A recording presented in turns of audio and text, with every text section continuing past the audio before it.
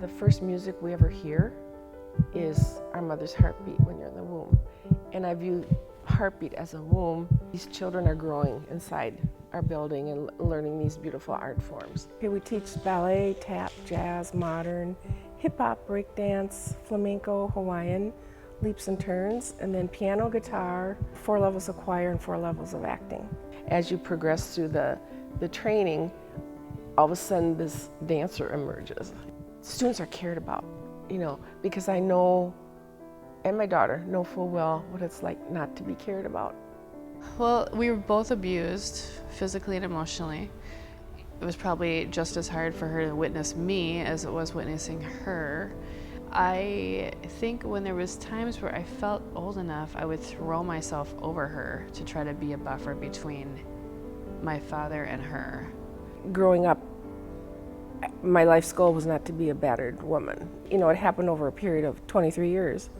As the years went on, the control kept getting more confining to the point where I couldn't have friends, I couldn't go to family functions. The path kept narrowing as far as the control.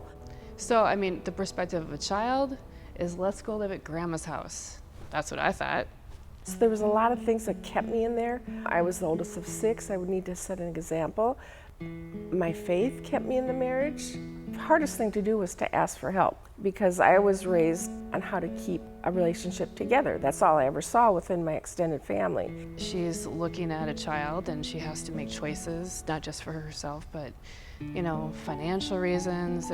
As an adult, I can see it in a much clearer way. When you're younger, it seems so much easier to just go. I started fighting back when I was 15, and then there was a number of years I didn't speak to him. I announced it. I said, "This is going to be the last time I talk to you. You're not my father."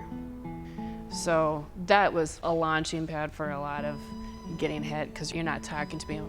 I knew it wouldn't matter whether I engaged or not. Anything could set this guy off. So it was easier just to not engage, and it was my choice to do that. He came home quite agitated, which he often did from work. And I was getting ready for bed, so I had a long nightgown on.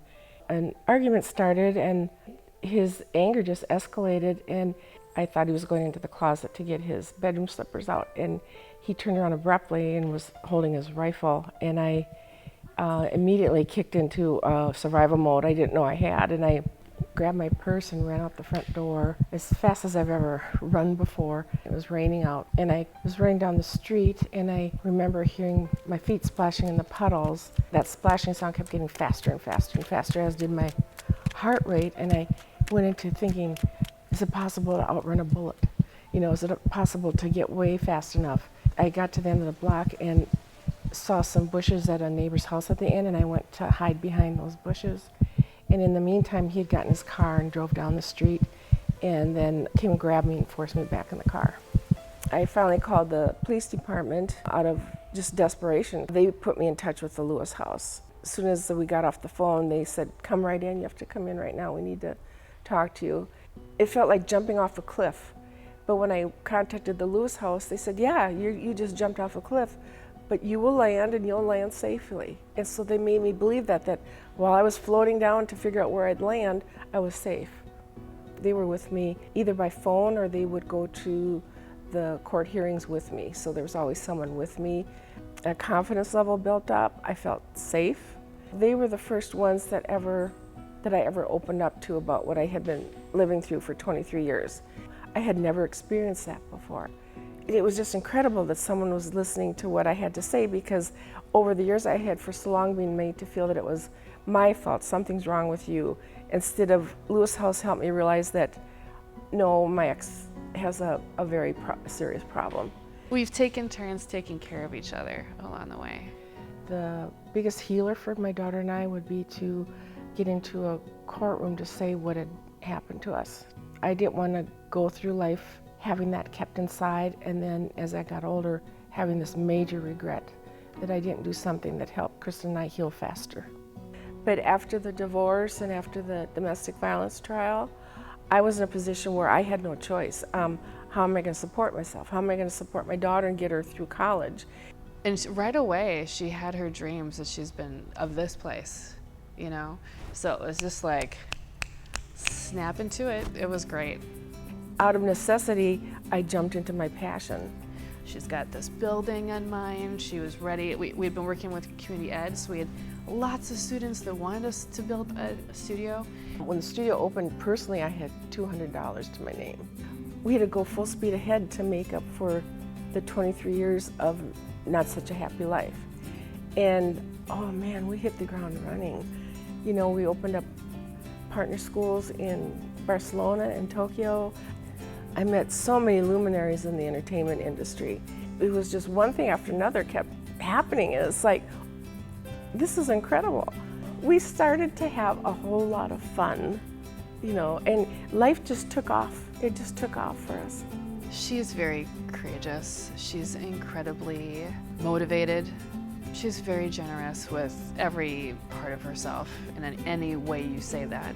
Oh, I love her more than words. And our relationship is kind of like we're one. I'm her, she's me.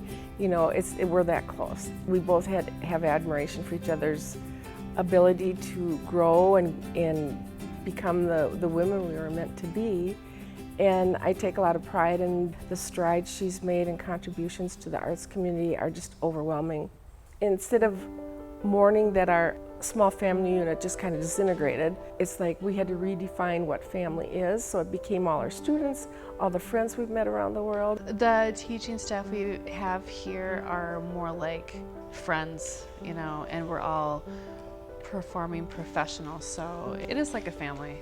Well, we were given the freedom to define who we are. I think probably we'll forever, deep down inside, carry some wounds with us. We've learned to not dwell on that.